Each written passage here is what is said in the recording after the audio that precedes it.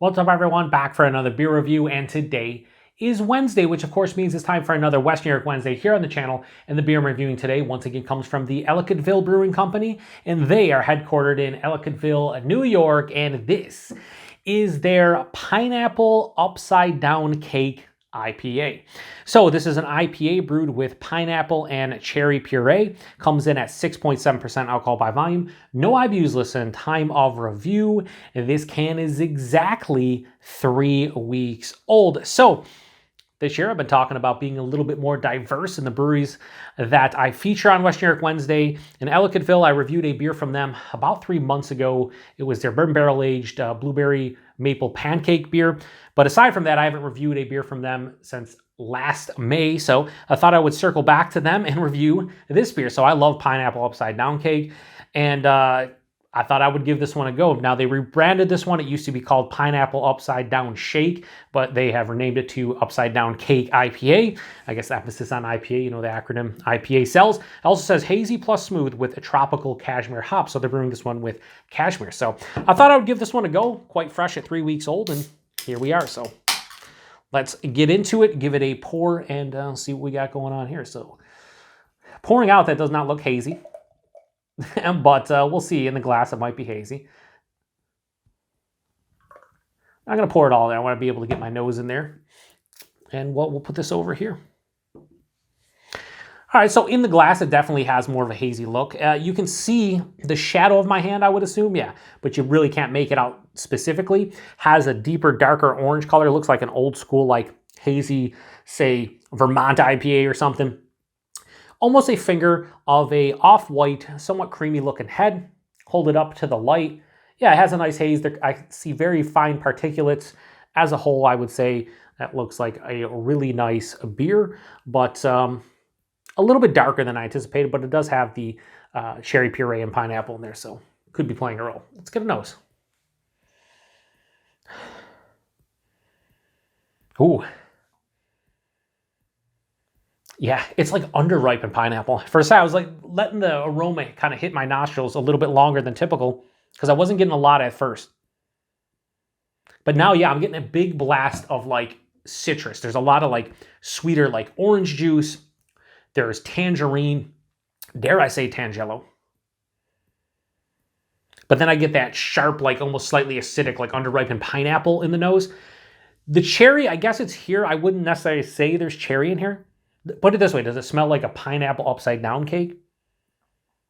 Maybe very faintly. There is like an underlying like bready kind of malt character. I wouldn't say cakey, but definitely bready. There's a slight like earthy kind of greenness to it as well. Yeah, it doesn't smell bad. Does it smell amazing? It does not. But it smells all right. I wish I got a little bit more of the cherry, and the pineapple was a little bit sweeter in the nose, but as a whole, it smells pretty good. Let's get into it. Cheers, everyone.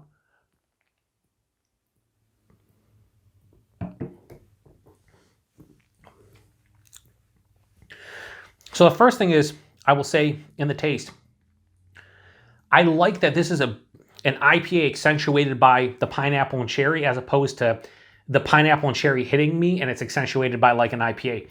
Because a lot of times those beers that have the fruit leading the way can just be too much. This has a soul of a hazy IPA, or just IPA in general, and that pineapple and cherry are like nuances around the palate as opposed to being like, you know, the lead players here, the main players, and that's nice. Anyway, body. 6.7%, I'd say it's like medium body, maybe a touch under. The mouthfeel. It does have a nice smooth kind of sensation on the palate. It's mild to moderately carbonated, more approaching moderate. I wish it was a little bit maybe creamier, maybe a little bit softer because of the actual name of the beer and what they're going for. But I think the mouthfeel is fine. I think the body's fine. The taste, right up front, bready kind of malt character, maybe a slight like honey bread dives underneath the palate. It doesn't really pop up, but it's kind of there lingering like as like a, you know, fourth or fifth characteristic as it goes through the palate. Then I get orange, tangerine, tangelo, grapefruit. Definitely heavy on the citrus. It's juicy, it's pithy, it's rindy. It has like that hop oil bitterness, which kind of hits me smack dab in the middle and carries on to the back. There's that underripened pineapple, a little bit acidic, a little bit tart, not really like sweet. I wish it had more of like a sweetness to it. And the cherry is like all around the sides of the palate. And it's more of like it's not like a super sweet cherry. That's the one thing I'll stress about this. Despite the name of it, this does not have a ton of sweetness, which is welcomed, I think.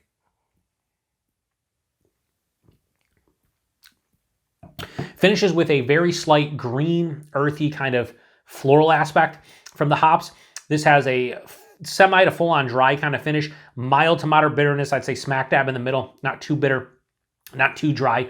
I'd say it's more dry than bitter. Yeah, the one thing I really do dig about this beer, I'll tell you right now, I don't love this beer. I think, despite me saying like I'm glad it's not too sweet and whatnot, I want a little bit more like pineapple and cherry. Even though it's accentuating the base beer, I want a little bit more from that. I don't want it to dominate, but I want it to be a little bit more noticeable. And the base beer is fine. It's solid. It's decent. I'd say it's even good. But I don't know. I'm hoping for like a pineapple upside down cake in IPA form that has like the kind of characteristics you would get from that cake specifically, but just not overly sweet. And I'm not getting it as a whole. That said, it's a pretty nice IPA. 6.7%, you really can't tell. Nothing in the chest, nothing on the palate. I would say for me, if you were to tell me as far as like stylistically, did they nail a pineapple upside down cake in IPA form? I don't think so. But did they make a pretty solid and good IPA? Yeah, I think this is nice. It's nice. It's not amazing. It's nice. And I have no issues drinking this one. And I would recommend picking this up if you like, again, IPAs accentuated with a little bit of fruitiness as opposed to the opposite. But then again, if you're picking up a beer like this, you probably want a full-on onslaught of pineapple upside down cake in your beer. But I don't know. I think it's well made. I think it's nice. I just don't think it's blowing me away. So I got to be honest, and I'm going to give this beer a right here. I give it a high 3.75. I go 3.85. I think it's still a nice score. I'm giving it a good grade. I think it's enjoyable. I'll drink the rest of it and have absolutely no issues doing so. I just think I want a little bit more as a whole on this one. Again, a little bit better too with the body and mouthfeel, especially the mouthfeel. But I'm not disappointed in this one. I just wish it was a little bit more in the realm of what I was thinking it was going to be when I grabbed it. But it is what it is. Price point. This one was, I paid like high threes for that. I think 4-packs were, I want to say 4-packs were like $13.99. So that's fine for something 6.7% pineapple cherry puree, not breaking the bank at basically $3.50 a can. And availability is Ellicottville. I know they get outside of New York State now. I think in like Ohio, they might be in PA, some other random spots.